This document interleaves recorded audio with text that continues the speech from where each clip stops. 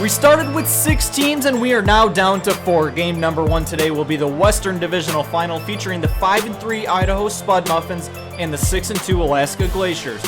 Both teams fought for the division title all year long, and now both teams will fight here tonight for a spot in the Marble against either Wisconsin or Pennsylvania, who will take part in the Eastern Divisional Championship later tonight. I'm Chase Kaufman here with my partner Tony Rollo, ready for the first of 2 matchups to see who will compete in the inaugural Marble next Tuesday night. These 2 teams have already met twice in the season where they split the season series, but they'll meet for the 3rd and final time tonight in a winner-take-all game to decide who will move on to the Marble. Tony, how about a recap of the 2 regular season matchups? Oh boy, Chase, am I excited for this one? We've got the Spud Muffins and the Glaciers, 2 teams who are too cool for school but in their own way. In week 3, Idaho took down Alaska 21-13. The Spuds started quick, scoring twice within the first 4 snaps, but Alaska brought it to within 1 at the end of the half. Alaska knocked one in on themselves early in the second half and couldn't score again. Game 2, though, one of the best games we've had all season. Alaska down 6, 1 snap to go, and they knocked it in from the 50-yard line. Tied at 20, though, they missed the extra point. 4 snaps into overtime, they'd make up for it, though, with a 98-yard drive. Oh, there were some great games, Chase. That was a lot of unnecessary yelling there, Tony. How about a recap of the Spud Muffins? Oh, I know, Chase, but I'm just so excited. Taunton the Muffins are one of the hardest-nosed teams in the entire MFL. A 50% forward push percentage leads the league, as is their 53% face-off percentage. They're also spectacular after penalties on either end. The Spuds were 2 for 4 on marble advantages this season, which leads the league. They never allowed a touchdown even after they were penalized. 6 for 6 there, and they even scored a touchdown while short-handed. Wowza! The only team to do so this year. Wow, they've been even a little unlucky at times, though, with balls bouncing off the marble launcher and landing at the 1-yard line. But they've really struggled as of late, losing their last 2 games and even just barely winning against last in the league, Arizona, in week 6. But from weeks 2 to 5, they were one of the, if not the best team in the league. Which one will we get tonight? Oh boy! Now let's talk about the Alaska Glaciers, 6-2 on the season and the home team here this evening. One of the coldest teams in the MFL, the Glaciers, they are second half saviors. First half points per game, 5.9. Second half, 11.6. First half point differential, -22. Second half, +37. And their second half scoring has led them to multiple wins this year, both coming in the past 2 weeks. A score on snap 30 in back-to-back weeks to get to overtime, and then winning in both games. You can't write this stuff. They'll have to be careful on face-offs, though. They're last in the league chase and face-off percentage, and they have allowed a touchdown while short-handed. So Tony, give us some keys to this evening's game. What do both teams need to focus on if they want to make it another week? Well, Chase, I just mentioned it for Alaska. You have to stay disciplined. No false starts and play hard, but not stupid. Idaho thrives on marble advantages. And for Idaho, get off to a quick start. They've struggled in the last 2 weeks, and they need some early momentum. And not just for the momentum, they need to get a lead before the second half, because we've already talked about how great Alaska has been in the second half this year. Oh boy, Chase. All right, thanks, Tony. We'll see you at halftime. Oh boy. Let's head down to the field now to meet the visiting 5-3 Idaho Spud Muffins.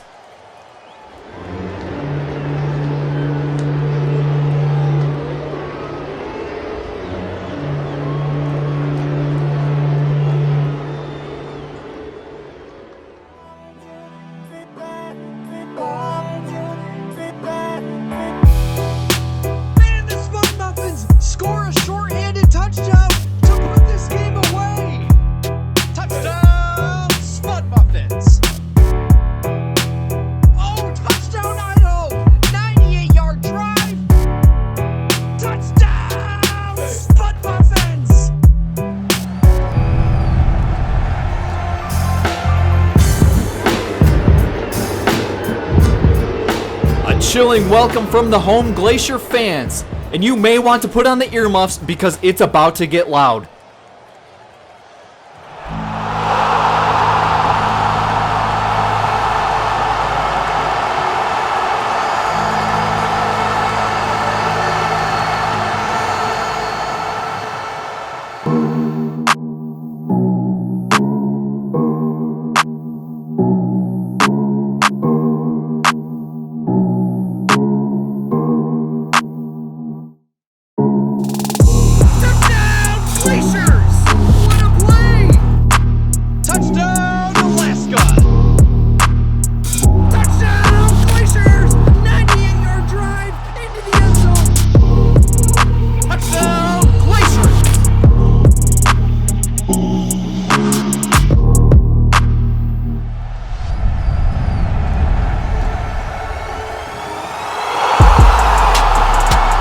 Loud indeed. This crowd is rocking and ready to roll. Spread on the game, Idaho plus 3.5, total at 34.5. Let's get a look at some of the Glacier stats here. 152 points scored for Alaska, that's third in the MFL. 125 points allowed, that's second. Below 50% on both their forward push stats. Idaho, on the other hand, fourth in points scored, third in points allowed, and better than 50% on both of their face-off stats. Let's also get to know some of the little marbles here in the Glaciers: Arctic, Polar, Freeze, and Cube. Over on the Spud Muffins, we have Masher, Yam, Yukon, and Russet. There's a little bit of info there, and we are underway. First snap high in the air, around the 19-yard line. Of course, we're going to get a look at that one. It's the first snap of the playoffs of the inaugural Marble Football League. Tony and I mentioned it in the pregame. Alaska only 5.9 points scored in the first half. Spud Muffins not far ahead either. Oh, and then we have a touchdown! Glaciers! Glaciers get on the board first, up 6-0. Take another look. Tot slides right by it, and actually a Glacier hits one of the Spud Muffin marbles back into the ball, who knocked it into the end zone. So an own touchdown is the first touchdown of the playoffs for the Marble Football League. Crowd going crazy. Extra point is good. 7-0 Glaciers. Sold out crowd here tonight. Everybody dressed in their home blues. That one in the south sideline. It's knocked out of play. Alaska 6-2 on the year. Idaho 5-3. We talked about it pre-game. Idaho lost 2 out of their last 3, and then that other game, they only beat Arizona 7-6. Arizona, the worst team in the league. That one bounces in the stands for the first souvenir of the playoffs for the Marble Football League, right in the second row, we'll call it. Snap number 6. And that was a close one there for the Spud Muffins. Almost tied it up. 2 for 4 on marble advantage are the Spud Muffins. Glaciers have yet to score a touchdown on marble advantage. That one, oh, another close call. We talked about it before the game started. Idaho with a ton of close calls. That ball at the 1, and that's eerily similar to a play we saw earlier this year, as that marble slides right under the ball as it's in the air.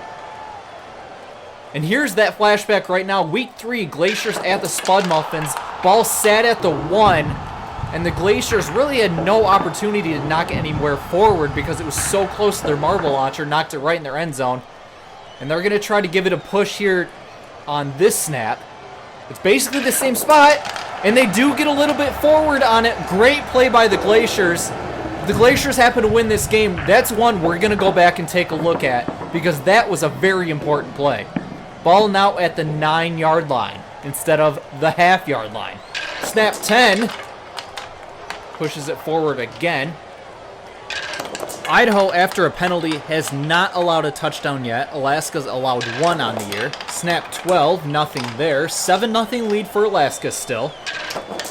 Remember, these are the 2 teams with the lowest first half points per game stats in the league. Snap 14-0 there. Spud Muffins might be shut out at the end of the first half. No, they won't. Touchdown, Spud Muffins. Snap number 15, last of the half. Knocks one in from the 18-yard line. Yeti moves right past it, and again, the same thing happened to Alaska that happened to Idaho earlier in the game. Tot knocked one of the Glacier marbles into the ball and into the end zone. Extra point is good. 7-7 at the half. Time for our halftime show. Chase Kaufman back here with Tony. 7-7 at the half. The Glaciers got on the board first on snap 3, and it looked like they'd take that 7-0 lead into the half until the Spud Muffins got on the board late on snap 15. Tony, your thoughts? Yeah, Chase, a really hard-fought game so far. Both teams really trying to get that first touch. However, they're not getting the first touch when it matters most. Let's take a look at that first score for Alaska. Pause right here at the start. You see where the ball starts at, right around the 9-yard line of Idaho, and if you've been watching the Marble Football League long enough, you know that when the ball is on your end of the field, it's the best opportunity for you to score. However, when you miss, and you miss badly like the Muffins do here, it's cause for trouble. The Glaciers able to knock one of the Muffins back into the ball for the score. Now let's go to snap 15. Again, pause right here at the start. This is perfect position for the Glaciers. Ball at the 15, great spot for you to get the first push, and you miss. And the same thing happens to the Glaciers as what happened to the Spuds. Top pushes one of the Glaciers right into the ball, who pushes it into the end zone. Oh boy. So Tony, what do these teams need to do the rest of the way? They have to stay disciplined, Chase. They've done a really nice job of playing hard so far without going over the edge, both figuratively and literally. However, they have to get the first push when the ball is in their territory. They can't rely on the opposition to make mistakes. Once again, Tony, thanks for the input, and we'll see you for the post-game show. Oh boy! Back here for the second half.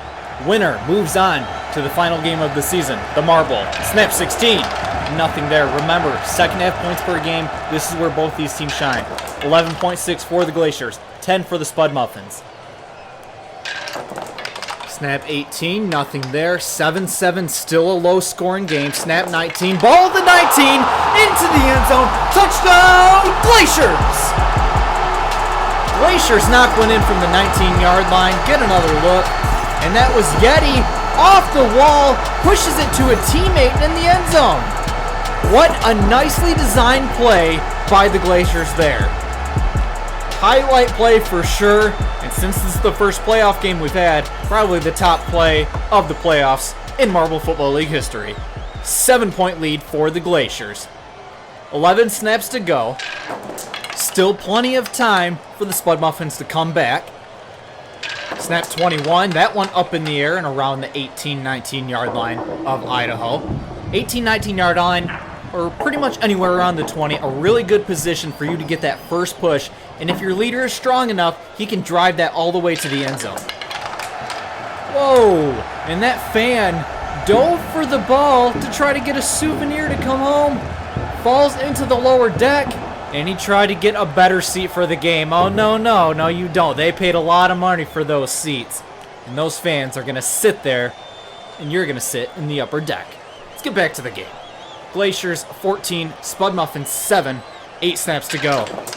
And that one all the way down to the 3. The Spud Muffins almost had an opportunity there as Yeti misses to the left, and a Spud Muffin almost followed it in. Close call there for the Glaciers, but they need to get this one out of their territory, and they do, but Idaho knocks it right back into their territory around the 11. Oh, and that could have been trouble for the Glaciers right there. They whiff on it. Yeti jumped over it, but made a nice defensive play afterwards to stop Tot in his tracks. 5 snaps to go, time running out for the Spud Muffins. Make that 4. It's now or never. Glaciers up 14-7. That ball around the 29. 3 snaps to go. Spud Muffins only push it to the 50. 2 snaps left. This crowd's been on their feet all game long. 2 snaps to go. Ball around the 28. Spud Muffins a good chance to push it here, but they need to score and they need the extra point, or else it will go to the Glaciers and they'll be moving on to the marble. Crowd on their feet, as loud as can be. Snap 30. No score! No touch! Glaciers move on to the marble! They are your Western Divisional Champions! This crowd can't believe it. They are going to the marble. Final score 14-7. Glaciers moving on. 14-7 your final, as the Glaciers will be moving on to the marble to face either the Cheese Thieves or the Tin Spins. Tony, let's talk about the last game. The one thing you said both teams needed to do was stay disciplined. Check. And take advantage of that first touch. And you can't really check that box. That's exactly right, Chase. Just way too many misses on both ends of the field. And even the times when Idaho did get that first push, credit to Alaska. They did a great job of limiting those pushes to just a few yards. We wondered pregame what Idaho we'd see today. Would we see the Idaho we've seen in the last few weeks? Or would we see weeks 2 to 5 Idaho? And I think that's an easy answer, Chase. It absolutely was, and what looked like a really solid team midway through the season may now have a few questions to answer in the offseason. Let's get to game number 2 now and see who the Glaciers will be up against. Tony, Tin Spins are 2-0 against Wisconsin this season, a 20-7 win in week 2, and a tight battle, 27-20 win in week 6. Oh man, another good one! The Cheese Thieves, who fought the entire season just to make it here, and I expect them to keep fighting. They put up the first score of the game back in week 2, but didn't score again. Pennsylvania went and scored 20 unanswered. In week 6, it was tied late at 20-20 after back-to-back scores from Wisconsin, but the Tin Spins put it away for good on snap 25. And Chase, I'm expecting another one close here tonight. That was a little creepy, Tony, but that's okay. What do you like about Wisconsin? Oh man, the cheese, of course! But for the Wisconsin Cheese Thieves, they are a team with a lot of big plays this season. Just play after play after play. They're such a sneaky team, and that's what mice do, right? They're sneaky. They try to get the cheese off the mousetrap. They have to be in stealth mode. The problem is, even with the sneaky stats for being a sub-500 team, they haven't been able to grab the cheese off the trap. 4 out of their 5 losses by just 1 score. They need some sort of diversion, because when they do get the cheese, oh man, is it a good piece of cheese. In the games they've won, it's been by a combined 55 points. And how about the Tin Spins? Probably the #1 team in the league. What makes them such a scary team to face?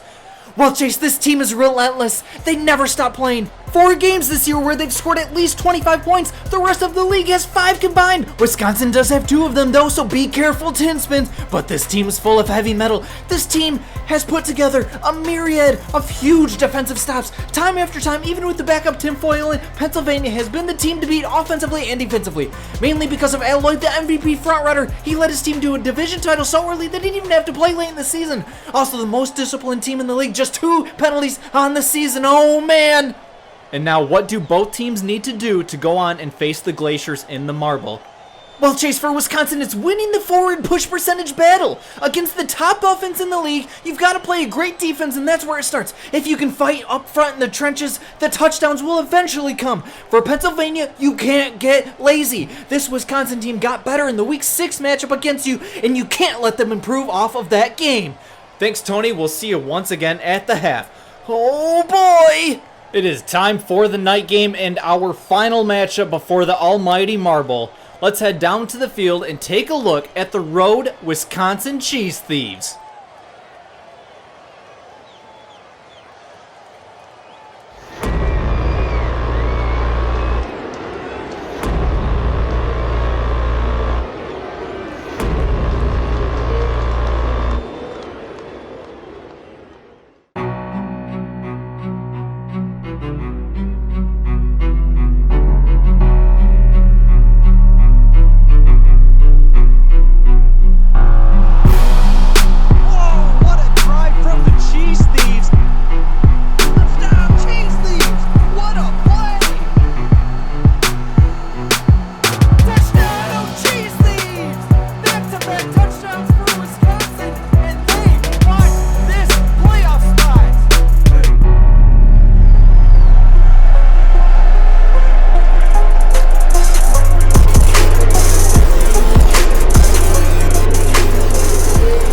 As usual and ready for battle are the Cheese Thieves, looking to sneak past the mousetrap this time. This crowd has been on their feet for the entire pregame ceremonies. It's the Pennsylvania Tin Spins.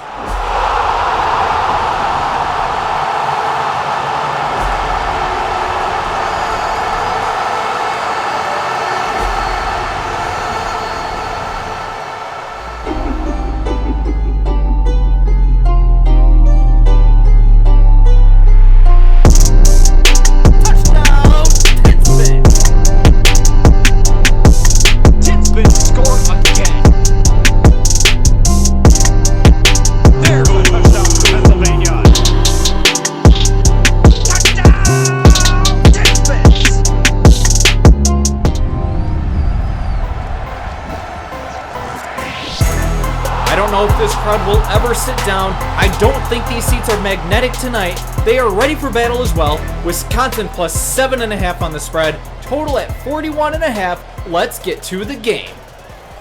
You see the Tin Spins, the top scoring team in the league. 178 points scored, 119 points allowed. Also the best defense. Tells you why they're the favorite to win the marble. On the other hand, the Cheese Thieves, they lost their first 3 games, but they found themselves in the playoffs with a chance, and that's all you ask for here in the MFL. Let's get to know some of the defensive and attacker marbles. Feta, Colby, Motts, and Cheddar for the Cheese Thieves. And for the Tin Spins, Steel, Bronze, Copper, and Nickel. Snap number 1 of game number 2 underway. Ball barely moves. And you'll see there, more points scored in the first half. Oh, close call there for the Tin Spins. As I was going to say, more points scored in the first half for these two teams than we did in the last game between the Glaciers and the Spud Muffins. That went down to around the 6-yard line. Close call there for Wisconsin. A nice push, but a nice push back for Pennsylvania. Snap number 4, touchdown, Tin Spins! Pennsylvania on the board first. Snap number 4 will do it. They are up 6-0. A poor attempt at pushing the ball forward there for Wisconsin. Take a look, all 5 of them really just blew right by it. One of the Cheese Thieves tried to get back and catch up to it. Stopped from going in the end zone, couldn't do it. 6-0, extra point pending. Crowd still on their feet. The home team, Tin Spins, up 7-0 now. Pennsylvania pretty much led in a lot of categories. Their plus-minus differential in the first half, plus 33. So that one goes down to the 9-yard line. Really disciplined team, 2 penalties on the year. And they've even scored on a marble advantage this year. So Pennsylvania is the team to beat. Oh, and they almost show why there again. Up 7-0. Cheese Thieves miss. And one of the Tin Spins came in late off the wall. Couldn't get enough effort on it. Nothing there. Oh, and the Cheese Thieves drive 98 yards. Touchdown, Wisconsin. Take another look, more like 96 yards, but they pop into the air off the wall and rolls into the end zone. And the Cheese Thieves are an extra point away from tying this thing up. Beautifully done. And hop on it to capitalize. Extra point no good though. A short kick there from Jack. Tin Spins with a 1-point lead. Snap number 10. And a touchdown! Tin Spins! Just a couple snaps after the Cheese Thieves score, the Tin Spins put one right up on the board.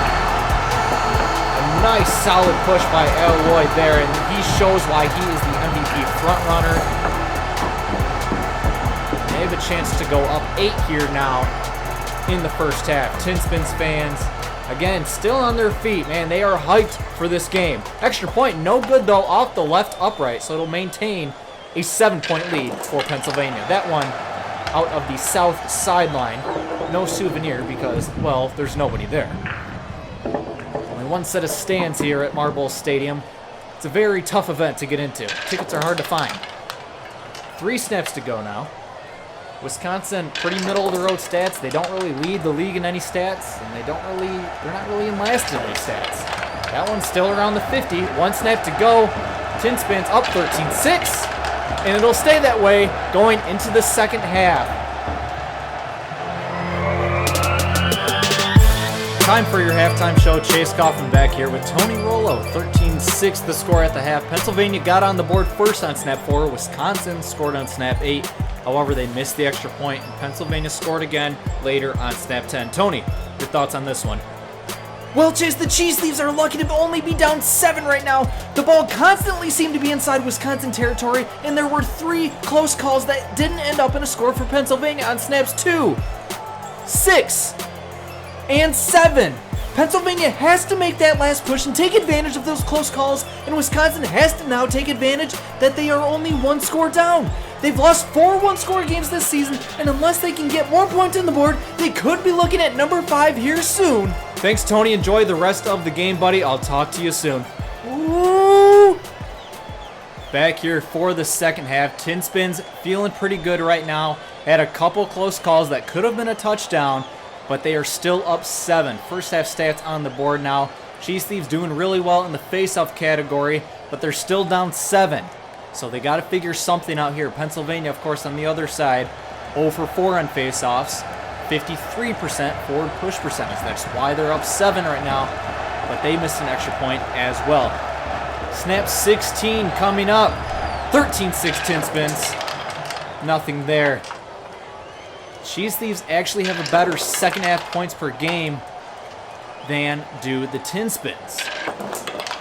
Nothing there as well. Who's going to be taking on Alaska in the next round? Touchdown, Cheese Thieves! Wisconsin looks like they want to be it. They want to be the team in the marble. Take another look. Oh my gosh, what a play there. That is now the top play we've seen today. A beautiful pass from one of the attackers over to Jack, who pushes it in the end zone past the defender. Extra point though, no good. They're still down 1. And touchdown, Cheese Thieves! Back-to-back touchdowns for Wisconsin. They don't need extra points. They'll just score the touchdowns. Take another look.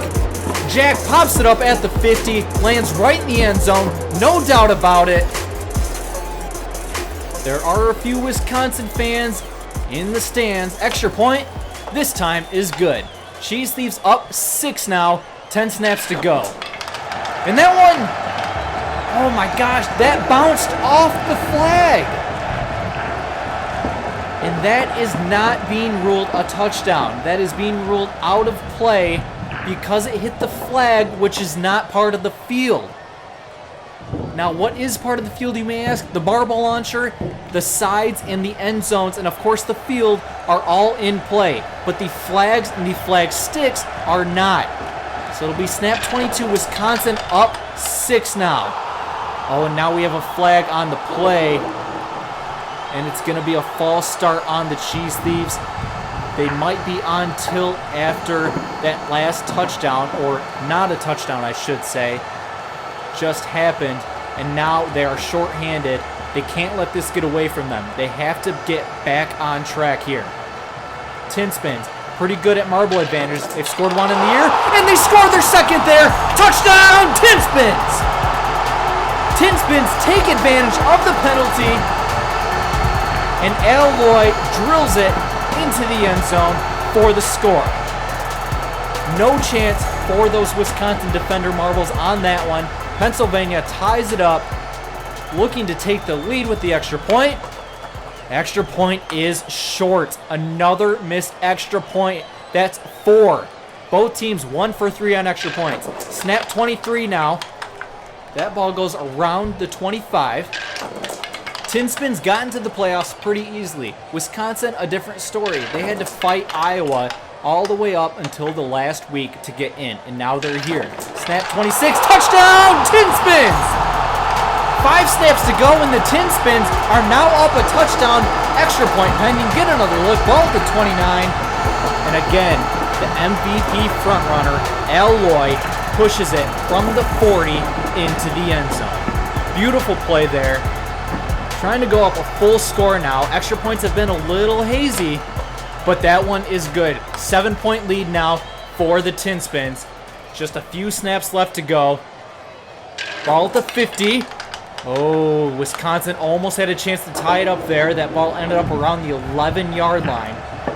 Nice hard fighting from Jack, and one of his attacker marbles actually slid under the ball. How about snap 28? Ball at the 11. Touchdown, Cheese Thieves! Pennsylvania missed the ball entirely, left the door open for Wisconsin, and they took advantage. Jack and the 2 attackers slid right past everybody. No doubt about it, that one is a touchdown. Beautiful play from Wisconsin. Big extra point though. Again, extra points have not been very good, but that one is good. 26-26, 2 snaps to go. Wisconsin, the underdog in this game. Snap 29, nothing there. Ball at the 19. Pennsylvania was a 7.5-point favorite and the favorite in the league to win the marble, let alone get there. Snap 30. Teams lined up, centered with the ball. Touchdown! Tin Spins! Tin Spins walk it off, and they will be going to the marble!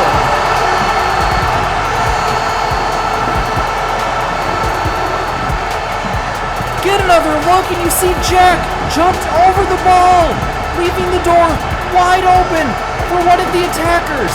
And Cheese Thieves fans, along with Jack, will be seeing that in their nightmares. Extra point caps it off. Your final score, 33-26.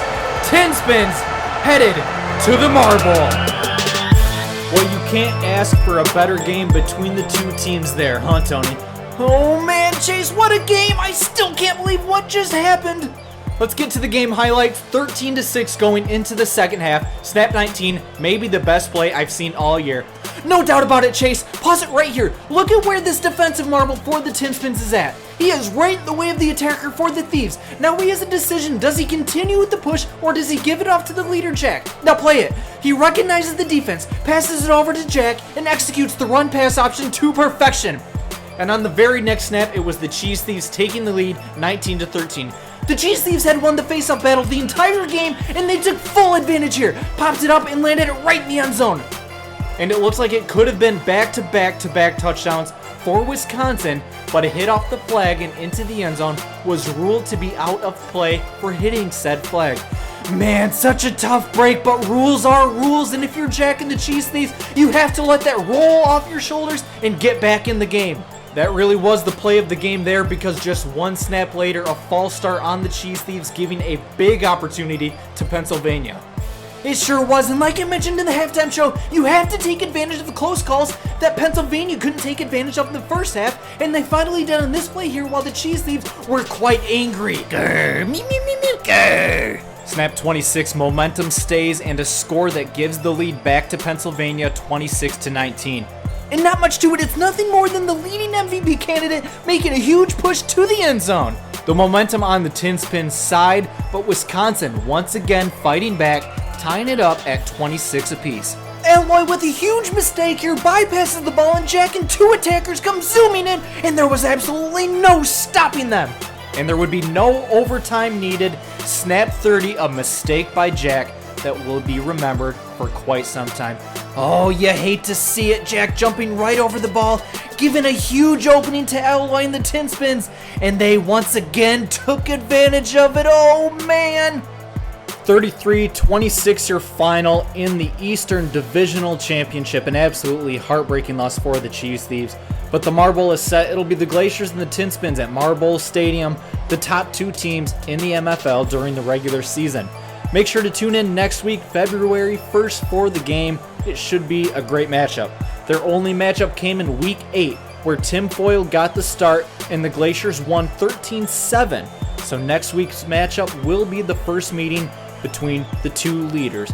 Oh boy, man, am I excited! For Tony Rollo, I'm Chase Kaufman. Have a great night, everyone, and we'll see you next week for the final game of the season, the Marble.